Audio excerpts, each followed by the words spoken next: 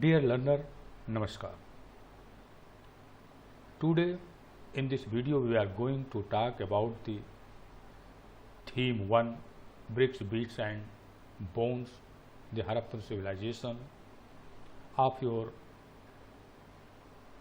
class 12 history book part 1. The Harappan civilization, यह civilization जो time line है, historical chronological time line है, उस पर स्टोन एज के बाद जो दो सिविलाइजेशन आई देश में, चाहे चालकोलिथिक सिविलाइजेशन हो चाहे वो ब्रोंज एज सिविलाइजेशन हो, उसमें से यह बिलोंग करती है ब्रोंज एज सिविलाइजेशन को।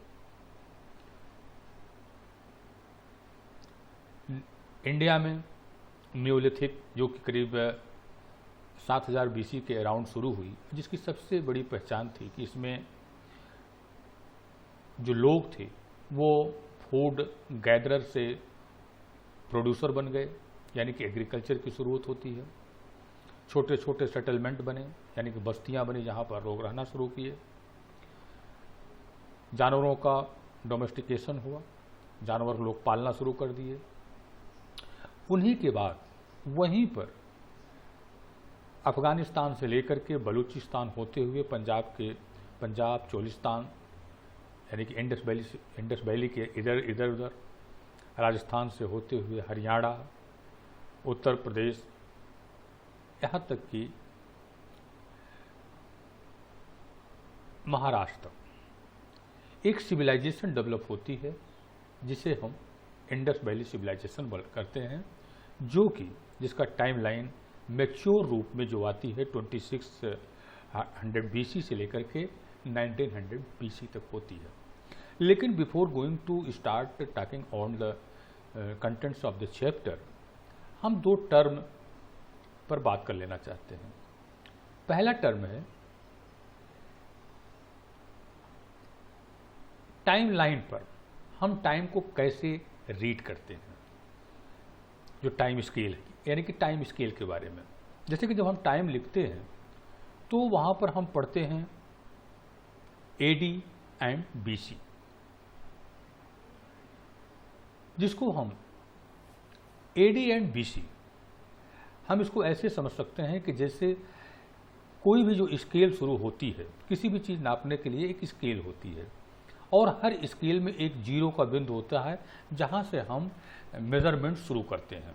उसी प्रकार से टाइम का भी हम मेजरमेंट करते हैं, एक पॉइंट को जीरो मान लेते हैं, यानी कि जहां से हम टाइम की स्केल को शुरू करते हैं। और इस जीरो के पॉइंट को हिस्ट्री या टाइम में हम ईसा मसीह के बर्थ डेट को लेते हैं, यानी कि जिस दिन क्राइस्ट का जन्म होता है, बर्थ होता है, उसके आगे और उसके पीछे हम समय को इसी तरीके से लेते हैं। जिस दिन जन्म होता है हम उसको जीरो मानते हैं, और जब हम उसके आगे बढ़ते हैं, यानी कि 1, 1, 2, 300, 200, 300, जैसे कि आज 2000 है, तो हम उसे AD करते हैं, यानी कि आगे बढ़े। जन्म के बाद उसे हम एनो डोमिनी पढ़ते हैं, यानी कि लॉर्ड के जन्म के बाद, लॉर्ड के जन्म से, इसको हम AD पढ़ते हैं, जिसे हम एनो डोमिनी, लैटिन वर्ड है जिसका फुल फॉर्म है एनो डोमिनी, AD हो गया। और जब हम ईसा मसीह के, क्राइस्ट के जन्म के पहले जाते हैं, जैसे कि 2 ईयर पहले, 3 ईयर पहले, 4 ईयर पहले, 10 ईयर पहले, 100 ईयर, 200, 2600, तो हम उससे बोलते हैं बिफोर क्राइस्ट, यानी क्राइस्ट के जन्म के पहले का समय। इसीलिए हम जब जीरो से आगे बढ़ते हैं तो बढ़ता है, नंबर बढ़ता है, यानी कि 100-200 होता है, उसे AD बोलते हैं। जो पीछे बढ़ते हैं तो जैसे जैसे हम अधिक पीछे चले जाते हैं, यानी कि 100 ईयर बर्थ के 100 ईयर पीछे, यानी कि 100 BC, 200 BC, यानी कि 200 BC, ठीक, इसे हम AD और BC पढ़ते हैं। लेकिन जो लोग क्राइस्ट को नहीं मानते वो लोग इसे BCE और CE के रूप में देखते हैं, जहाँ पर AD कहते हैं जिसे हम एनो डोमिनी यानी कि बर्थ के बाद। इसे हम CE के रूप में भी पढ़ते हैं जिसे हम कॉमन एरा कहते हैं। और BCE यानी कि जिसे हम ऊपर BC पढ़ते हैं उसे यहाँ पर BCE पढ़ते हैं, यानी कि बिफोर कॉमन एरा। जो पहले जहाँ पर जो लोग क्राइस्ट को मानते हैं उसे BC बोलते हैं, यानी कि बिफोर क्राइस्ट, और जो लोग क्राइस्ट को नहीं मानते उसको बिफोर कॉमन एरा बोलते हैं। और जो लोग क्राइस्ट के मानते हैं उस समय के आगे वाले को उसे AD बोलते हैं, यानी कि एनो डोमिनी, आफ्टर क्राइस्ट। और जो लोग क्राइस्ट को नहीं मानते वो उसे C बोलते हैं, कॉमन एरा। इसी प्रकार से एक है BP जिसे बिफोर प्रेजेंट भी पढ़ते हैं। एक और टर्म आता है आर्कियोलॉजी में, आर्कियोलॉजिस्ट कल्चर का एक डिफरेंट मीनिंग लेते हैं। जैसे कि हम सभी जानते हैं कि कल्चर की जो डिफिनीशन है उसमें जो भी मैन मेड चीज़ें होती हैं, जैसे कि आपकी पोइट्री की बुक है और जो पोइट्री है, यानी कि जो विजिबल है और जो नॉन विजिबल है। जैसे कि आपका जो मकान है और जो मकान बनाने का जो तरीका है, यानी कि एक मकान विजिबल है और जो उसका तरीका है वो नॉन विजिबल है। जो भी विजिबल या नॉन विजिबल चीज़ें हैं, जो भी मैन मेड है, हम उनको कल्चर बोलते हैं। लेकिन इसी कल्चर के वर्ड को आर्कियोलॉजिस्ट एक विशेष, एक डिफरेंट रूप में, है तो डिफिनेशन वही, लेकिन एक उसी को डिफरेंट पर्सपेक्टिव में देखते हैं। आर्कियोलॉजी में archaeologist use the term culture for a group of object, उन सारी चीज़ों को कहते हैं डिस्टिंक्टिव स्टाइल, जो थोड़ा सबसे अलग हों, यानी कि जो दुनिया की और चीज़ें हैं वह उससे अलग समझी जा सकती हैं। Found together with in a specific geographical area, जो एक विशेष एरिया में पाई जाती हैं, यानी कि जितनी बड़ी एरिया में वो मिलती हैं, और एक पीरियड ऑफ टाइम, एक विशेष समय में, हम उसे कल्चर कहते हैं। जब कई कल्चर, यानी कि एक कल्चर में एक विशेष प्रकार के कल्चर कुछ बदल करके जब काफ़ी लंबे दूरी तक हो जाती है, कोई कल्चर बहुत दूरी तक फैली रहती है और काफ़ी लंबे समय तक रहती है, तो हम उसको एक सिविलाइजेशन के रूप में कहते हैं। जैसे कि हड़प्पन कल्चर, जब इसको हम बाद में देखा गया कि अफगानिस्तान से लेकर के ये इंडिया के यूपी तक और महाराष्ट्र तक एक फैली हुई, एक ह्यूज एरिया में फैली हुई, लंबे समय तक एक विशेष कल्चर रहती है, तो हम उसको सिविलाइजेशन पढ़ते हैं और कहते हैं कि ये इंडस वैली सिविलाइजेशन या हड़प्पन सिविलाइजेशन है। जैसे कि मैंने अभी कहा कि ये इसे इंडस वैली सिविलाइजेशन और हड़प्पन सिविलाइजेशन बोलते हैं। एक्चुअली हम हड़प्पन नाम इसका सिर्फ इसलिए कहते हैं क्योंकि इस सिविलाइजेशन को जो पहली बार देखा गया, या जो पहली बार एक्सीडेंटल जब ये लोगों के सामने आई, वो करीब 1870-75 में कनिंघम साहब के समय में आई थी। तो उसी के कारण जब उसी कल्चर को दूसरे प्रदेशों में भी देखा गया, दूसरे जगहों पर भी देखा गया, तो हम उस सारी कल्चर को क्या बोलने लगे, उसके पहली बार जहाँ पर एक्सकैवेशन हुआ था उसके कारण हम सारी कल्चर को हड़प्पा का नाम दे दिए कि ये हड़प्पन कल्चर, यानी कि जो कल्चर हड़प्पा में थी वो यहाँ पर भी है। यानी कि अब इसे टोटल कल्चर को हम, टोटल एरियाज को हमने हड़प्पन कल्चर कहा। लेकिन बाद में ये देखा गया कि जो हड़प्पन कल्चर का जो डेंसिटी है, जो सबसे अधिक कल्चर के जो प्लेसेस सामने आए, जो एरियाज सामने आए, जो जगहें सामने आई, वो इंडस वैली के अगल बगल हैं। इसीलिए हम उसको बोलते हैं इंडस वैली सिविलाइजेशन, यानी कि हड़प्पन कल्चर को इंडस वैली सिविलाइजेशन भी हम पढ़ते हैं। The Harappan seal is possible the most distinctive artifact of the Harappan or Indus Valley civilization। Harappan civilization में चूँकि यह उस समय का कोई हमारे पास लिखित तो मिलता नहीं, और जो मिला भी है वह अनडिसाइफर्ड है, यानी कि उसे पढ़ा नहीं जा सका। तो हमारा जो उस सोसाइटी का जो स्टडी का जो बेस है, वह वहाँ पर जो आर्कियोलॉजिकल मटेरियल मिलते हैं वही, उन्हीं पे हमारा सब कुछ अध्ययन विशेष है। और हड़प्पा में जो भी आर्कियोलॉजिकल मटेरियल मिले हैं उनमें सबसे इम्पॉर्टेंट मटेरियल क्या है, वह इंडस वैली में मिला हुआ एक स्टील है made of stone called stellite. Steel किसका बना हुआ है? स्टेलाइट या स्टेलखड़ी का बना हुआ है, जिस पर animal motive and sign from a script, जिस पर कुछ चित्र बने होते हैं एनिमल्स के, जैसे कि यहाँ पर आप देख रहे हैं, इस पर एक एनिमल्स का चित्र बना हुआ है एंड एक लाइन में कुछ लिखा हुआ है। बट अनफॉर्चुनेटली यह अभी क्या है? रिमेन्स अनडिसाइफर्ड, जिसे हम अभी पढ़ नहीं सके हैं। यानी कि हड़प्पन सिविलाइजेशन को समझने के लिए हमें ये जो लिखा है इसका कोई हमें सहयोग नहीं है, बल्कि ये जो आपकी पिक्चर है, जो ये एनिमल मोटिव है, या इसी तरीके से जो दूसरी चीज़ें हैं जैसे कि पॉट्स हैं, ऑर्नामेंट्स हैं, टूल्स हैं, हाउसेस हैं, ये जो भी आर्कियोलॉजिकल चीज़ें मिली है उन्हीं के बेस पर हम हड़प्पन सिविलाइजेशन पर, उसके सोसाइटी पर हम लाइट डाल सकते हैं, यानी हम सोसाइटी को समझ सकते हैं। बिगिनिंग, यानी कि पीरियड ऑफ हड़प्पन सिविलाइजेशन। अब हम उसके समय के बारे में आते हैं। There were several archaeological cultures in the region prior to the mature Harappan. जहाँ पर मैच्योर हड़प्पन, यानी कि जो हड़प्पन सिविलाइजेशन है, बेसिकली हम पूरी हड़प्पन सिविलाइजेशन के जो ट्रेट हैं, जो उसकी प्रॉपर्टीज मिलती है, उसको देखते हुए पूरी हड़प्पन सिविलाइजेशन को हम 3 टाइम पीरियड में लेते हैं। एक तो हम बोलते हैं prior to the mature Harappan, यानी कि जो मैच्योर, जो फुल फ्लैश जो हड़प्पन सिविलाइजेशन आप जिसे हम स्टडी करते हैं, लेकिन उसके पहले भी बहुत सारी ऐसी जगहें हैं जहाँ पर हड़प्पन सिविलाइजेशन के ट्रेट दिखाई देने लगते हैं।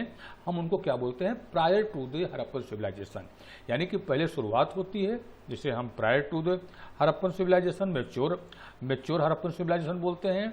इसके बाद आता है समय 2600 BC, और 2600 BC के बाद जब एकदम से जो हड़प्पन सिविलाइजेशन होती है, ये पूरी तरीके से फ्लोरिश्ड मिलती है, जिसे हम बोलते हैं मैच्योर हड़प्पन सिविलाइजेशन, और ये आती है 1900 BC तक। और 1900 BC के बाद ये सिविलाइजेशन ख़त्म होने लगती है, एंडेड होने लगती है, और लेकिन जो कुछ समय तक दिखाई देती रहती है, यानी कि उसके कुछ प्रॉपर्टी कहीं कहीं दिखाई देती है, उसे हम बोलते हैं लेट हड़प्पन कल्चर। तो यानी कि जो बिगिनिंग है उसको हम 3 पार्टों में देखते हैं। शुरुआत उसकी कहाँ से होती है? उसकी शुरुआत होती है मैच्योर हड़प्पन सिविलाइजेशन के पहले, prior to the mature Harappan civilization के। और ये जो prior to the mature Harappan civilization है, यहाँ पर भी इसको पहचानते हैं, इसकी पोटरी के कारण पहचान लेते हैं, एग्रीकल्चर के कारण, और पेट्रोलिज्म और पोस्टलिज्म के कारण। यानी कि ये लोग भी चरवाहे होते हैं, एग्रीकल्चर होता है, और इनकी विशेष प्रकार के क्राफ्ट होते हैं, छोटे छोटे सेटलमेंट होते हैं। यानी कि जो बस्तियां हैं, जो प्रायर मैच्योर हड़प्पन कल्चर है, इसकी जो बस्तियां हैं, जो सेटलमेंट हैं, वो काफ़ी छोटे होते हैं। It appears that there was a break between the early Harappan and the Harappan civilization. ये जो prior to the mature Harappan, यानी कि जो अर्ली हड़प्पन है, इसी के बाद जो है उन्हीं जगहों पर या कहीं कहीं अलग से भी मैच्योर हड़प्पन सिविलाइजेशन शुरू होती है। और यह mature Harappan civilization evident from large scale burning at some sites as well as the abandonment of certain settlement। और जिसे हम 1900 के बाद जहाँ से ये ख़त्म होती है, वहाँ पर हम इसको लेट हड़प्पन सिविलाइजेशन के रूप में पढ़ते हैं। सब्सिस्टेंस स्ट्रेटजी, यानी कि लोगों के निर्वाह के तरीके, कैसे लोग अपना जीवन जीते थे। Subsistence strategy of the people, उनमें क्या क्या थी? हंटिंग थी, गैदरिंग थी, कल्टीवेशन था, पेस्टोरलिज्म थी, एंड डिस्ट्रीब्यूशन। ये सारी जो प्रोसेस हैं, ये सारे प्रोसेस थे। People relied on many plants and animals, चूँकि लोग हंटिंग भी करते थे और एग्रीकल्चर और फूड गैदरिंग भी करते थे, यानी कि उनकी लाइफ जो है कई प्रकार के प्लांट और इसके बाद जो है एनिमल भी थे उनके पास, वो डोमेस्टिकेशन भी उस समय हो रहा था और हंटिंग के द्वारा एनिमल को वो लोग खाते भी थे, यानी कि वो शाकाहारी भी थे जो कि व्यवस्थित खेती करते थे, एग्रीकल्चर करते थे, और मांसाहारी थे जहाँ पर वो विशेष जानवरों को मार करके भी खाते थे। There are evidence of bones of animals which prove that people consumed meat, यानी कि लोग मीट खाते थे।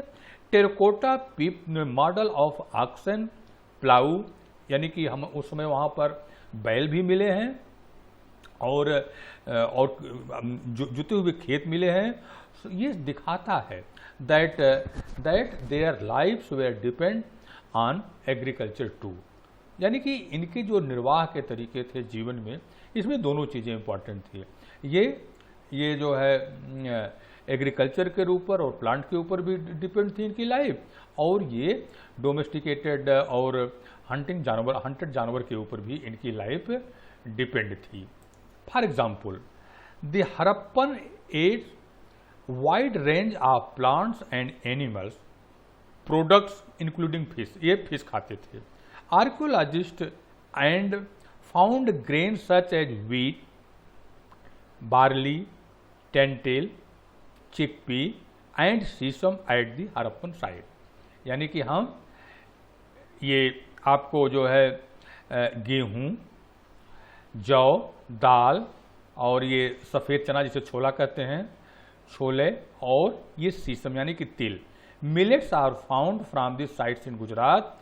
Finds of rice are relatively rare, हालांकि चावल के टुकड़े तो मिले हैं लेकिन इनकी मात्रा बहुत कम है, कहीं कहीं पर है। Animals bones found and Harappa sites include those of cattle, sheep, goat, buffalo and pig. Study done by the archaeologists or zooarchaeologists indicate that these animals were domesticated. Bones of wild species such as boar, deer and घरियार are also found. यानी कि पालतू जानवर भी थे, यानी कि जो हड्डियां मिली हैं उनमें हमें दोनों चीज़ें दिखती हैं कि ये जानवर जो थे इनके पास पालतू भी थे और वह उनकी हंटिंग करके शिकार भी खाते थे उनका। लेकिन यह नहीं क्लियर है, यह चीज़ क्लियर नहीं हो पाई है कि जो निवासी जो जानवर का जो शिकार करते थे, जो शिकार किए हुए जानवर हैं जिनका मीट वो लोग खाते थे, वह स्वयं उसका शिकार करते थे या आज की तरह किसी दूसरे समाज से जो वो लोग शिकार करते थे उसको किसी चीज़ के बदले वो लोग खरीद के लाते थे। ये क्लियर नहीं है। हाँ, इनके दांतों को देख करके, इनके जबड़े के स्टडी द्वारा यह सही है, वो लोग जानवरों को खाते भी थे। Agriculture was the main occupation of the Harappans. The prevalence of agriculture is indicated by finds of grains. हम सभी जानते हैं कि जो हड़प्पन साइटें हैं वहाँ पर ग्रेन मिले हैं, इसीलिए हम ये कह सकते हैं कि उनकी लाइफ में एग्रीकल्चर सबसे इम्पॉर्टेंट रोल था। It is very difficult to reconstruct actual agriculture practices carried out by the Harappans. Terracotta sculptures of the bull and their representation on the seals indicate that bull was known to them। आज बैठ करके हम, चूंकि कुछ लिखा तो है नहीं, हम यहाँ से ये तो नहीं कर सकते कि उनके क्या प्रोसेस यानी कि खेती करने के उनके तरीके क्या थे, लेकिन हम कुछ टेराकोटा पे या कुछ सील पर जो चित्र बने हुए हैं, जैसे कि यहाँ पर एक बुल, टेराकोटा बुल आप दिखाई देता है, इस बुल को देख करके हम कम से कम ये अंदाजा तो लगा ही सकते हैं उस समय वो बुल से परिचित थे और इसके बाद कुछ खेत मिले हैं जिससे ये मालूम होता है कि वो लोग एग्रीकल्चर करते थे, वो लोग जो है एग्रीकल्चर उनका यूज करते थे। क्यों? So from this the archaeological assume that the oxen were use for ploughing, यानी कि लोग खेत को जोतते थे। इसके बाद archaeologists have also found terracotta model of the plough at site in Cholistan and at Banwali। जुते हुए खेत के जो भी हमको वो मिले हैं हड़प्पन हमको जो है एविडेंस मिले हैं। कहाँ पर? चोलिस्तान और बनावली। बनावली कहाँ पर? हरियाणा में है। कुछ टेराकोटा मॉडल मिले हुए हैं जहाँ पर हमें जुते हुए खेतों के चित्र भी मिले हैं। Evidence of A plough field associated with early Harappan levels have also found at Kalibangan. आप यहाँ पर कालीबंगन में एक जुता हुआ खेत का चित्र हमको एक सील पे मिलता है। The field had two sides of furrow at right angle to each other suggestive that two different crop were grown together. आप जैसे एक इधर से हल्का बना हुआ है, एक इधर से, दोनों लाइनें खींची हुई, जिससे आप कह सकते हैं कि वो कम से कम दो प्रकार की फसलें उस खेत में उगाई, दो प्रकार की फसलें एक साथ उस खेत में उगाई गई थी। Most of Harappan sites were located in semi arid region. Enhance agriculture produce they needed facility of irrigation. और निश्चित रूप से जो ये जैसे कि चोलिस्तान है, ये क्या है? सेमी एरिड है। यहाँ पर बरसात की मात्रा कम होती है, इसीलिए इरिगेशन के लिए उस समय सुविधाएं, मतलब इरिगेशन के लिए कैनाल वगैरह पर वो लोग डेवलप किए थे। और इस कैनाल का एक एग्जाम्पल सुरतगई इन अफगानिस्तान और हड़प्पन के दूसरे साइड पर has been found. It is also likely that water was drawn from wells use for the irrigation. इन नहरों के अलावा और क्या करते थे वो लोग? वो कुएं से भी पानी को शायद लाया जाता होगा। Process of food required grinding equipment as well as vessel for mixing, blending and cooking. These equipments were made of stone, metal and terracotta. तो इस प्रकार से पत्थर, जैसे कभी हम आगे देखेंगे कि किस तरीके से वो लोग, ये जिसे हम सील कहते हैं, उस पर वो लोग सील का यूज करते थे। और ये जिसमें किसी चीज़ को ग्राइंड करते हैं, जैसे आजकल चक्री बोला जाता है, उसको भी वह भी मिला हुआ है। ये सारी चीज़ों के टुकड़े हमको इन साइडों से मिले हुए हैं। और जैसे पर यहाँ पर एक सिलबट्टा दिखाई दे रहा है, उसी प्रकार से एक चक्की भी मिलती है जहाँ पर वो लोग अनाज को ग्राइंड करते हैं। हम अपनी बात को यहीं पर ख़त्म करते हैं। नेक्स्ट वीडियो में जो है हम जो मोहनजोदाड़ो, जो कि एक आपका सिटी है, जो कि एक इसी तरीके से हड़प्पा एक साइट है, वैसे वहाँ की हड़प्पन सिविलाइजेशन की जो सबसे इम्पॉर्टेंट साइट है वह एक है मोहनजोदाड़ो की। हम उस साइट पर बात करेंगे, वहाँ पर किस तरीके से जो अर्बन एरिया का प्लानिंग हुई है, यानी कि अर्बन प्लानिंग और होम प्लानिंग, ड्रेनेज सिस्टम, इन सब पर हम नेक्स्ट वीडियो में बात करेंगे। नमस्कार।